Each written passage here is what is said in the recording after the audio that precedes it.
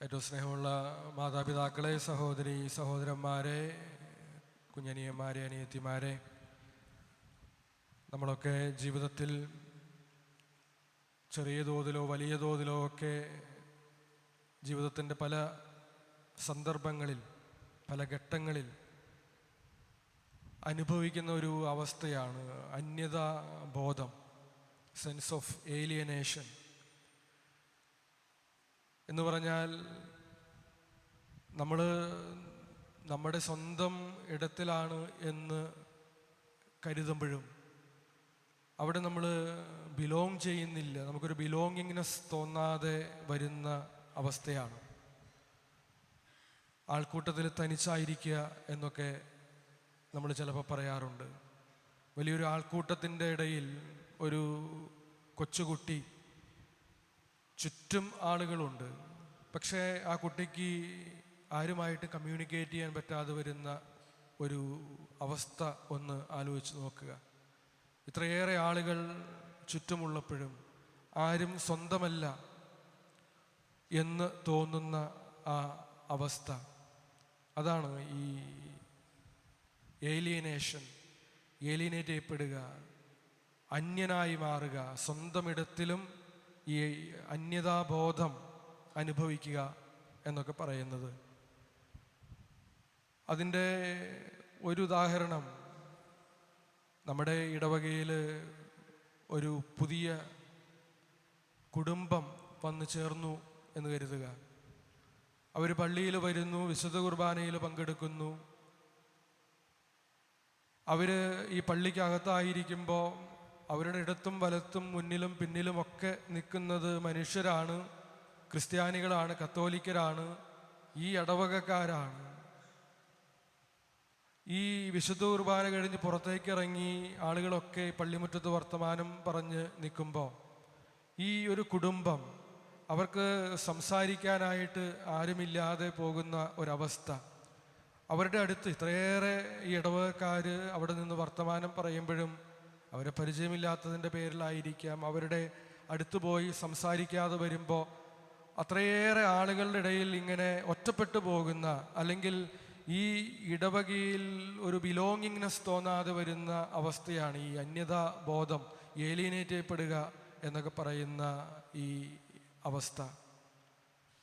അതുമല്ലെങ്കിൽ നമ്മൾ റഷ്യയിൽ പോയി എന്ന് കരുതുക. അവിടെ ആരും നമ്മുടെ ഭാഷ സംസാരിക്കുന്നവരില്ല. ഇംഗ്ലീഷ് പോലും വളരെ പരിമിതമായിട്ടാണ് സംസാരിക്കുന്നത്. അവിടെ പോയി നമ്മൾ ഒരു മെട്രോ സ്റ്റേഷനിൽ നമ്മുടെ കൂടെ ഉണ്ടായിരുന്നവരിൽ നിന്ന് കൂട്ടം തെറ്റി ഒറ്റപ്പെട്ടു പോയി. എങ്ങോട്ട് പോകണമെന്ന് അറിയാൻ മേല. ചുറ്റും ഒരുപാട് ആളുകളുണ്ട്, നമുക്കറിയാവുന്ന ആരുമില്ല. പക്ഷേ മനുഷ്യരായിട്ടുള്ള ആളുകൾ, അവർ പരസ്പരം സംസാരിക്കുന്നുണ്ട്. പക്ഷേ നമുക്ക് നമ്മുടെ ആവശ്യം അവരോട് പറയാൻ സാധിക്കാതെ പോകുന്ന ഒരു സിറ്റുവേഷനുണ്ട്. ഏലിയനേറ്റ് ചെയ്യപ്പെടുന്ന സിറ്റുവേഷനാണ്. ചുറ്റും മനുഷ്യരായിട്ടുള്ള ആളുകളുണ്ടെങ്കിലും, സംസാരിക്കുന്ന ആളുകളുണ്ടെങ്കിലും, നമ്മുടെ ഭാഷ സംസാരിക്കുന്നവരില്ലാത്തത് കൊണ്ട് നമ്മുടെ ആവശ്യം പറയാനും അത് കേൾക്കാനും അതിനൊരു പരിഹാരം കണ്ടെത്താനും സാധിക്കാതെ ഒറ്റപ്പെട്ടു പോകുന്ന അവസ്ഥയാണ് അത്. ഇതാണ് ഈ ഏലിയനേഷൻ അല്ലെങ്കിൽ അന്യതാ ബോധം എന്നൊക്കെ നമ്മൾ പറയുന്നത്. ചിലപ്പോൾ നമ്മുടെ കുടുംബത്തിൽ നമ്മുടെ മകള് ഒരു അഫെയറിൽ പെട്ടു. അത് സ്വന്തം കുടുംബത്തിൽ ഏറ്റവും സ്വന്തമായ ഇടമാണ് കുടുംബം, അപ്പനും അമ്മയും സഹോദരങ്ങളും. അവരോട് പോലും പറയാൻ സാധിക്കാതെ അതിങ്ങനെ ഉള്ളിലൊതുക്കി ജീവിക്കേണ്ടി വരുന്ന ചില സാഹചര്യങ്ങളുണ്ടാകും. സ്വന്തമായിട്ടുള്ളവർ, ഏറ്റവും സ്വന്തമായിട്ടുള്ളവർ ചുറ്റുമുണ്ടായിട്ടും അവരോടും ഒന്നും പ്രകടിപ്പിക്കാൻ സാധിക്കാതെ പോകുന്ന ആ മാനസികാവസ്ഥ, അത് ഈ അന്യതാബോധത്തിൻ്റെ മറ്റൊരു ഉദാഹരണമാണ്. ഈ അവസ്ഥ നമ്മളിന്ന് സുവിശേഷത്തിൽ, ഈ ക്രിസ്മസ് ആഘോഷിക്കുന്ന ഈ അവസരത്തിൽ നമ്മൾ വായിച്ചു കേട്ട സുവിശേഷ ഭാഗത്ത് ജോസഫും മറിയവും അനുഭവിക്കുന്നുണ്ട്. അവര് ജോസഫിൻ്റെ സ്വന്തം സ്ഥലത്തേക്കാണ് പോകുന്നത് പേര് എഴുതിക്കാനായിട്ട്. അവിടെ ചെന്ന് കഴിയുമ്പോൾ തീർച്ചയായിട്ടും ജോസഫിൻ്റെ അകന്ന ബന്ധുക്കളെങ്കിലും ഉണ്ടാകേണ്ടുന്ന സ്ഥലമാണ്, ഏതെങ്കിലും പരിചയക്കാരെങ്കിലും ഉണ്ടാകേണ്ടുന്ന സ്ഥലമാണ് ബെത്ലഹേം. എന്നിട്ടും ജോസഫിനും മറിയത്തിനും അവരുടെ ജീവിതത്തിൽ ഏറ്റവും പ്രധാനപ്പെട്ട ഒരാവശ്യം ഉണ്ടാകുമ്പോൾ അത്രയേറെ ആളുകളുടെ ഇടയിൽ, വലിയ ജനം അവിടെയുണ്ട്, അത്രയേറെ ആളുകളുടെ ഇടയിൽ ഒറ്റപ്പെട്ടു പോകുന്ന, അവരുടെ ആവശ്യം പറയാനും അതിനെപ്പറ്റി ഒരു സൊല്യൂഷൻ കേൾക്കാനും അനുഭവിക്കാനും സാധിക്കാതെ സ്വന്തം ഇടത്തിൽ നിൽക്കേണ്ടി വരുന്ന അവസ്ഥ അനുഭവിക്കുന്നവരാണ്, ക്രിസ്മസിൻ്റെ ആ സമയത്ത് അനുഭവിക്കുന്നവരാണ് ജോസഫും മറിയവും. ഈ അന്യതാബോധത്തിൻ്റെ ഫലമായിട്ടാണ് അവർക്ക് ഒരു കാലിത്തൊഴുത്തിൽ അവരുടെ മകന് ജന്മം കൊടുക്കേണ്ടി വരുന്ന ദുരവസ്ഥ ഉണ്ടാകുന്നത്. ഇത് നമ്മുടെ ഭവനങ്ങളിലും നമ്മുടെ കുടുംബ ബന്ധങ്ങളിലുമൊക്കെ ഈ അന്യതാബോധം പലപ്പോഴും സംഭവിക്കുന്നുണ്ട്. നമ്മളൊക്കെ ഇന്ന് വലിയ വീടുകൾ പണിതിടുന്ന ആളുകളാണ്, കൊട്ടാര സമാനമായ വീടുകൾ. നമ്മൾ ഒരു മുറിയിൽ നിന്ന് മറ്റൊരു മുറിയിലേക്ക് പോകാൻ തന്നെ ഓട്ടോറിക്ഷ വിളിച്ചു പോകേണ്ട അവസ്ഥയുള്ള തരം വീടുകൾ നമ്മൾ പണിയുന്നുണ്ട്. വീട് വെഞ്ചിരിക്കാനൊക്കെ ചെല്ലുമ്പോൾ ഒരു കാറാപ്പ് പോരാതെ വരുന്ന, അന്നാം വെള്ളം തെളിക്കാനായിട്ട് ഒന്ന് പോരാതെ വരുന്ന 2ഉം 3ഉം കാറാപ്പുകൾ ആവശ്യമായി വരുന്ന അത്ര വലിപ്പമുള്ള വീടുകൾ നമ്മൾ പണിയുന്നുണ്ട്. ഇങ്ങനെ കൊട്ടാര സമാനമായ വീടുകൾ, മനോഹരമായിട്ടുള്ള വീടുകൾ പുറത്തുനിന്ന് നോക്കുമ്പോൾ അതിൻ്റെയൊക്കെ അകത്തേക്ക് പ്രവേശിക്കുമ്പോൾ ചിലപ്പോൾ നമ്മൾ കാണുന്നത് ആരും ഇല്ലാതെ ഒറ്റയ്ക്ക് ജീവിക്കുന്ന പ്രായമായ അപ്പനും അമ്മയും മാത്രമാണ്. എല്ലാമുണ്ട്, എല്ലാ സൗകര്യങ്ങളും ആ വീടിൻ്റെ അകത്ത് ഉള്ളപ്പോഴും അവരനുഭവിക്കുന്ന ഒരു അന്യതാബോധമുണ്ട്, അവരനുഭവിക്കുന്ന ഒരു മരവിപ്പുണ്ട് ബന്ധങ്ങളുടെ. കാരണം ആരുമില്ല, മക്കളൊക്കെ വിദേശത്താണ് അല്ലെങ്കിൽ വേറെ ഇടങ്ങളിലാണ്. അവർക്ക് സംസാരിക്കാനും ബന്ധപ്പെടാനും അവർക്ക് ആരുമില്ലാതെ പോകുന്ന ഒരവസ്ഥ. സ്വന്തമായി പണിത വീടായിരിക്കും, അല്ലെങ്കിൽ മക്കൾ പണിത വീടായിരിക്കും, സ്വന്തമെന്ന് പറയാവുന്ന ഇടമാണ്. ആ ഇടത്തിൽ പോലും എല്ലാ സൗകര്യങ്ങളും ഉള്ളപ്പോഴും ഒറ്റപ്പെട്ടു പോകുന്ന, അന്യനായിട്ടും തോന്നുന്ന ഒരു അവസ്ഥ പലപ്പോഴും നമ്മുടെ കുടുംബങ്ങളിൽ ഇന്ന് ധാരാളമായി ഉണ്ടായി വരുന്നുണ്ട്. ഇനി വലിയ വീടാവണമെന്നില്ല, വലിയ വീടായിക്കൊള്ളട്ടെ, ചെറിയ വീടായാലും വലിയ വീടായാലും ആ വീടിൻ്റെ അകത്ത് ധാരാളം പേരുള്ള സ്ഥലമായിക്കൊള്ളട്ടെ, കുടുംബമായിക്കൊള്ളട്ടെ, അപ്പനുണ്ട്, അമ്മയുണ്ട്, മക്കളുണ്ട്, മരുമക്കളുണ്ട്, കൊച്ചുമക്കളുണ്ട്, എല്ലാവരുമുള്ള കുടുംബമാണെന്ന് കരുതട്ടെ. ഈ ബന്ധങ്ങളുടെ ഇടയിലും ഈ സെൻസ് ഓഫ് ഏലിയനേഷൻ, അന്യതാബോധം അനുഭവിക്കുന്ന നിരവധി പേർ ഇന്ന് നമ്മുടെ സമൂഹത്തിൽ ഉണ്ട് എന്നുള്ളതാണ് വാസ്തവം. പലപ്പോഴും ഒരുമിച്ച് ഒരു മുറിയിൽ താമസിക്കുന്ന, ജീവിക്കുന്ന, കിടന്നുറങ്ങുന്ന ഭാര്യയും ഭർത്താവും തമ്മിൽ പുറത്ത് അവർ ചിരിച്ച് സന്തോഷിച്ചൊക്കെ ആയിരിക്കും നടക്കുന്നത്. പക്ഷേ ആ മുറിയുടെ ഉള്ളിലേക്ക്, അവരുടെ സ്വന്തമായ ഇടമാണ്, ഏറ്റവും സ്വന്തമായിട്ടുള്ള ഒരിടമാണ് ആ മുറി, അവരുടേത് മാത്രമെന്ന് പറയാവുന്ന ഇടം.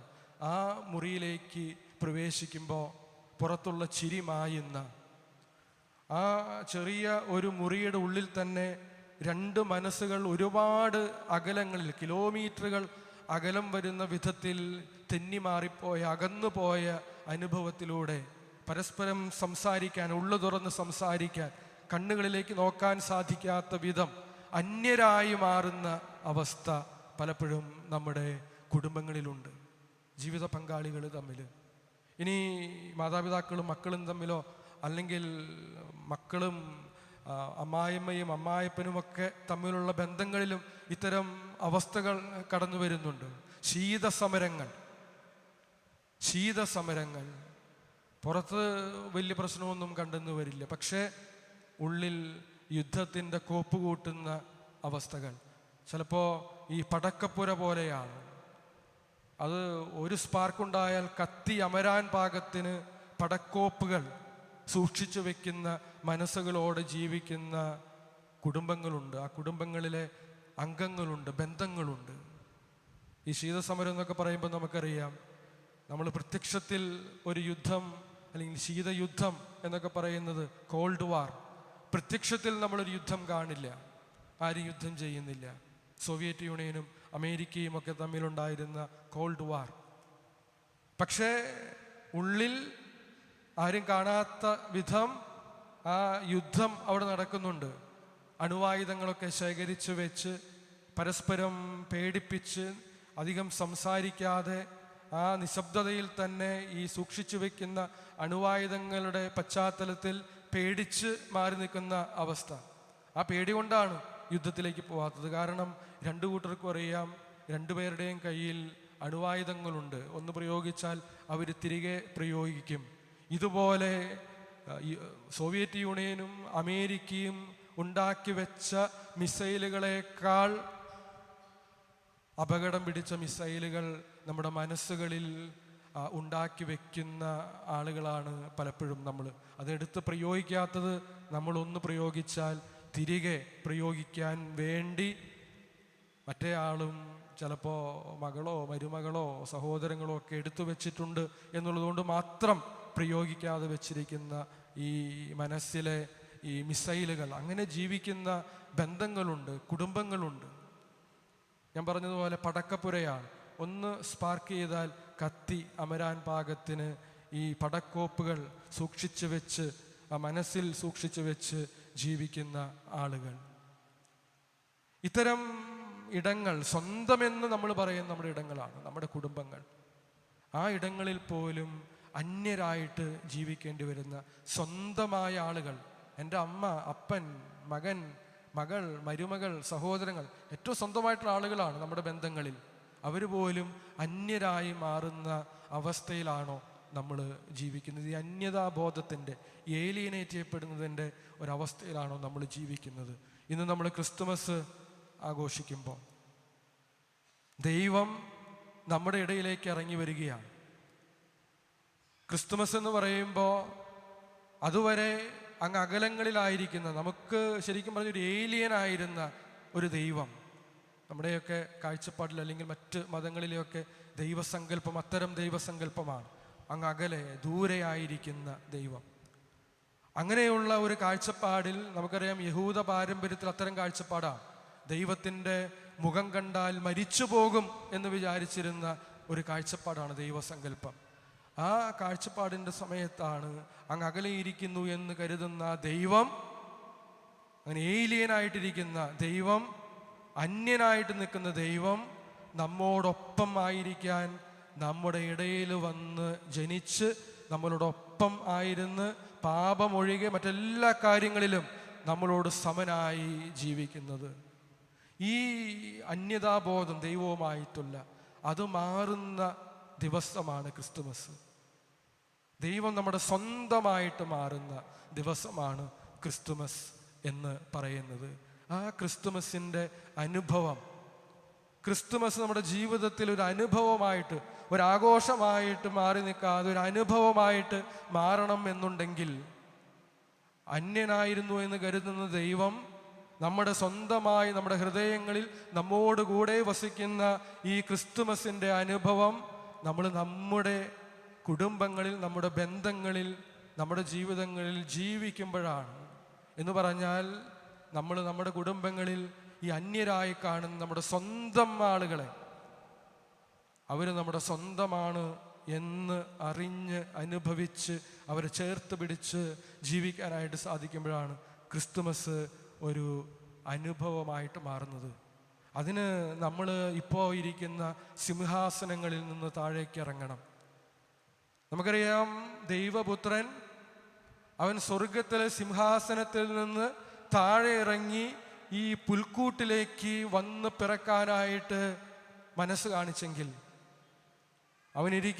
അവനായിരിക്കുന്ന ആ സിംഹാസനത്തിൻ്റെ പ്രൗഢിയിൽ നിന്ന് താഴേക്ക് വന്ന് ഒരു പുൽക്കൂട്ടിൽ പിറക്കാൻ മനസ്സ് കാണിച്ചെങ്കിൽ, നമ്മളിരിക്കുന്ന നമ്മുടെ വീടുകളിൽ, നമ്മുടെ കുടുംബങ്ങളിൽ, നമ്മുടെ ബന്ധങ്ങളിൽ നമ്മളിരിക്കുന്ന സിംഹാസനങ്ങളിൽ നിന്ന് താഴേക്ക് ഇറങ്ങാൻ നമുക്ക് സാധിക്കണം.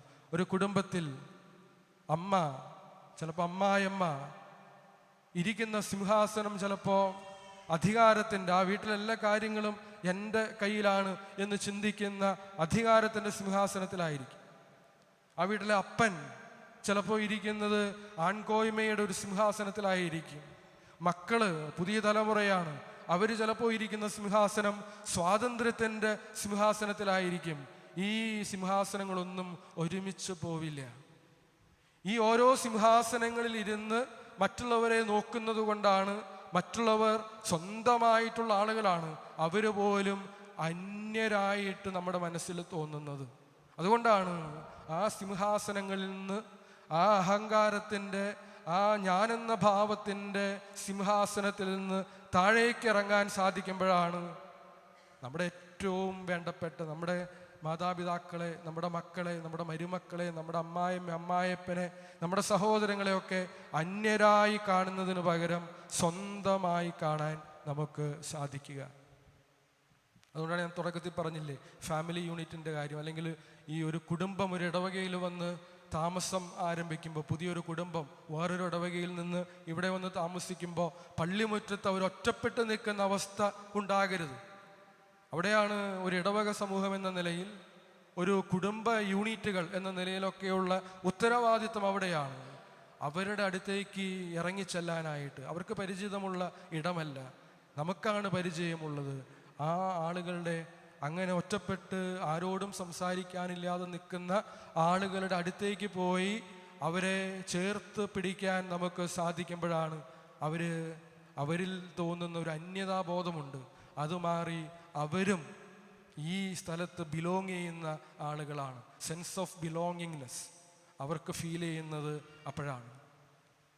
രണ്ടാമത്തെ ഒരു കാര്യം നമുക്കറിയാം, ക്രിസ്തുമസ് എന്ന് പറയുന്നത് നമ്മെ കേൾക്കുന്ന ഒരു ദൈവം നമ്മുടെ ഇടയിലേക്ക് വന്ന ദിവസമാണ്. പലപ്പോഴും ഈ സെൻസ് ഓഫ് ഏലിയനേഷൻ നമുക്കുണ്ടാകുന്നത്, ഞാൻ തുടക്കത്തിൽ സൂചിപ്പിച്ചതുപോലെ റഷ്യയിൽ പോയ മലയാളിയുടെ ഒരവസ്ഥ, ഒറ്റപ്പെട്ടു പോയി കഴിയുമ്പോഴത്തേക്ക് ഒരാവശ്യം പോലും പറയാൻ സാധിക്കാതെ വരുന്ന അവസ്ഥ. അത് കേട്ടാൽ മനസ്സിലാകുന്ന ആളുകളില്ല, ആളുകൾ ചുറ്റുമുണ്ട്, പക്ഷെ ആർക്കും മനസ്സിലാകുന്ന ഭാഷയല്ല. ക്രിസ്തുമസ് എന്ന് പറയുന്നത് മനുഷ്യൻ അവൻ്റെ വേദനയുടെയും സങ്കടങ്ങളുടെയും ഒറ്റപ്പെടലിൻ്റെയും മുറിവുകളുടെയും ഒക്കെ ഭാഷയിൽ സംസാരിക്കുമ്പോൾ ആ ഭാഷ മനസ്സിലാകുന്ന ഒരു ദൈവം, നമ്മെ കേൾക്കുന്ന ഒരു ദൈവം നമ്മുടെ ഇടയിലേക്ക് ഇറങ്ങി വന്ന് ഇമ്മാനുവേൽ നമ്മോടൊപ്പം ആയിരിക്കുന്ന അനുഭവമാണ്. സ്നേഹമുള്ളവരെ, നമ്മുടെ കുടുംബങ്ങളിൽ പലപ്പോഴും ഇന്ന് ശ്മശാന മൂകതയാണ്, ഒരു സെമിത്തേരി പോലെയാണ് പല കുടുംബങ്ങളിലും. പരസ്പരം സംസാരിക്കാനായിട്ടുള്ള തുറവിയില്ലാതെ, പരസ്പരം കേൾക്കാനായിട്ട് മനസ്സില്ലാതെ ഇങ്ങനെ വീർപ്പ് മുട്ടി ജീവിക്കുന്ന ആളുകളുണ്ട് നമ്മുടെ കുടുംബങ്ങളിൽ. അവിടെയാണ് നമുക്ക് കേൾക്കാനായിട്ടുള്ള, ശ്രവിക്കാനായിട്ടുള്ള മനസ്സ് ഉണ്ടാകുമ്പോൾ ഇങ്ങനെ ഇത്രയും നാളും അവരെ കേൾക്കാതിരുന്നതിൻ്റെ പേരിൽ അന്യതാബോധം അനുഭവിക്കുന്ന, സ്വന്തം കുടുംബമാണെന്ന് പറയുമ്പോഴും ഒറ്റപ്പെട്ടു പോകുന്ന, അന്യനെ പോലെ ജീവിക്കേണ്ടി വരുന്ന ആളുകൾക്ക് വി ഓൾസോ ബിലോങ്, ഞങ്ങളും ബിലോങ് ചെയ്യുന്നു. ആ ബിലോങ്ങിങ്നെസ്, സെൻസ് ഓഫ് ബിലോങ്ങിങ്നെസ് ആ കുടുംബത്തിൽ, സ്വന്തം കുടുംബത്തിൽ തോന്നുന്നത് അവരെയൊക്കെ ശ്രവിക്കാനായിട്ട് നമുക്ക് മനസ്സ് ഉണ്ടാകുമ്പോഴാണ്. അതുകൊണ്ട് സ്നേഹമുള്ളവരെ, നമ്മൾ ഈ ക്രിസ്തുമസ് ആഘോഷിക്കുമ്പോൾ നമ്മൾ ആത്മപരിശോധന ചെയ്യുക. നമ്മൾ നമ്മുടെ കുടുംബത്തെ ഒന്ന് കാണാനായിട്ട് ശ്രമിക്കുക. നമ്മുടെ സ്വന്തം കുടുംബത്തെ ഓരോരുത്തരും, എൻ്റെ കുടുംബത്തിൽ ആരെങ്കിലും ഈ അന്യതാബോധം അനുഭവിച്ച് ജീവിക്കുന്നുണ്ടോ? സ്വന്തമാണ്, എൻ്റെ സ്വന്തം ഇടമാണ്, എൻ്റെ സ്വന്തക്കാര് മാത്രമുള്ള ഇടമാണ്, എന്നിട്ട് പോലും അന്യനായി അല്ലെങ്കിൽ അന്യയായി ജീവിക്കേണ്ടി വരുന്ന ആളുകൾ നമ്മളുടെ കുടുംബങ്ങളിലുണ്ടോ? നമ്മൾ ആത്മപരിശോധന ചെയ്യണം. അങ്ങനെ ഉണ്ടെങ്കിൽ ഇതാണ് സമയം. ക്രിസ്തുമസിൻ്റെ സന്ദേശം അന്യരായി പോകുന്നവരെ സ്വന്തമാക്കി മാറ്റുക എന്നുള്ളതാണ്. അവർക്കും നമ്മുടെ പെരുമാറ്റം കൊണ്ട്, നമ്മുടെ സംസാരം കൊണ്ട്, നമ്മുടെ മനോഭാവങ്ങൾ കൊണ്ട് അവരും ഈ ഇടത്തിൽ സ്വന്തമാണ് എന്ന് ഫീൽ ചെയ്യുക എന്നുള്ളതാണ്. അത്തരത്തിൽ നമ്മുടെ ജീവിത ബന്ധങ്ങളെ മാറ്റിയെടുക്കാനായിട്ട്, നമ്മുടെ മനോഭാവങ്ങളെ മാറ്റിയെടുക്കാനായിട്ട് സിംഹാസനങ്ങളിൽ നിന്ന് താഴെ ഇറങ്ങാനും ശ്രവിക്കുന്നവരായി മാറാനും സാധിച്ചുകൊണ്ട് എല്ലാവരെയും നമ്മുടെ സ്വന്തമാക്കി മാറ്റാൻ, ആരും നമ്മുടെ ഇടയിൽ അന്യരായി മാറി നിൽക്കേണ്ടുന്ന അവസ്ഥയുണ്ടാകരുത്. അങ്ങനെ വന്നാൽ ഈ ക്രിസ്തുമസും നമുക്ക് ഒരാഘോഷം മാത്രമായിട്ട് അവസാനിക്കും. ആഘോഷമായിട്ട് ഒതുങ്ങിത്തീരേണ്ടുന്ന ഒന്നല്ല ക്രിസ്തുമസ്. നമ്മുടെ ജീവിതത്തെ മാറ്റിമറിക്കുന്ന ഒന്നായിട്ട് നമ്മുടെ ക്രിസ്തുമസ് മാറട്ടെ. ആരും അന്യരായി അവർക്കങ്ങനെ ഫീൽ ചെയ്യരുത്. അങ്ങനെ തോന്നാതെ സ്വന്തമായി ഞാനും ഇവിടെ ബിലോങ് ചെയ്യുന്നു എന്ന് മനസ്സിൽ തോന്നും വിധം ജീവിക്കാനായിട്ട് എല്ലാവർക്കും സാധിക്കാൻ പാകത്തിന് നമ്മുടെ ബന്ധങ്ങൾ, നമ്മുടെ പെരുമാറ്റങ്ങൾ, നമ്മുടെ സംസാരങ്ങൾ ഒക്കെ രൂപപ്പെടുത്തിയെടുക്കാൻ ഈ ക്രിസ്തുമസ് ദിനത്തിലും തുടർന്നുള്ള ദിവസങ്ങളിലും നമുക്ക് ആത്മാർത്ഥമായിട്ട് പരിശ്രമിക്കാം.